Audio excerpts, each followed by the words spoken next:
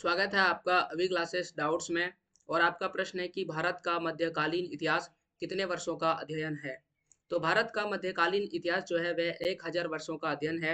1000 वर्षों के दौरान जो भी परिवर्तन हुए उनका अध्ययन हम लोग मध्यकालीन इतिहास में करते हैं। इसमें कई सारे शासक आते हैं और कई सारे शासक चले जाते हैं, जिनमें हम लोग दिल्ली सल्तनत, मुगल कालीन इतिहास यानी मुगल साम्राज्य के बारे में, जो मुगल का शासन है उनके बारे में पढ़ते हैं। साथ ही साथ राष्ट्रकूट, प्रतिहार, इनके अलावा कई अन्य शासक जो मुगल शासन के बाद आते हैं उनके बारे में हम लोग अध्ययन करते हैं।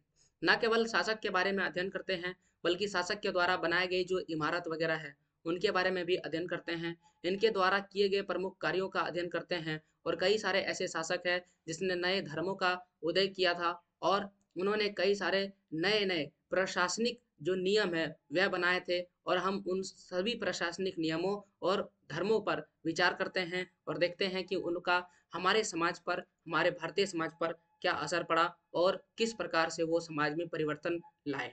तो ये सारा अध्ययन पूरे टोटल जो है वो 1000 वर्षों का है, जिसे हम लोग मध्यकालीन इतिहास के नाम से जानते हैं।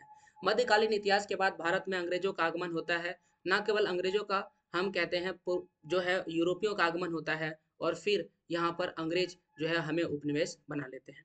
और उन सभी इतिहास को हम आधुनिक इतिहास के नाम से जानते हैं। तो यह था आपके प्रश्न का जवाब। और ऐसे और प्रश्नों के जवाब सही एक्सप्लेनेशन के साथ जानने के लिए अब चैनल को सब्सक्राइब करें।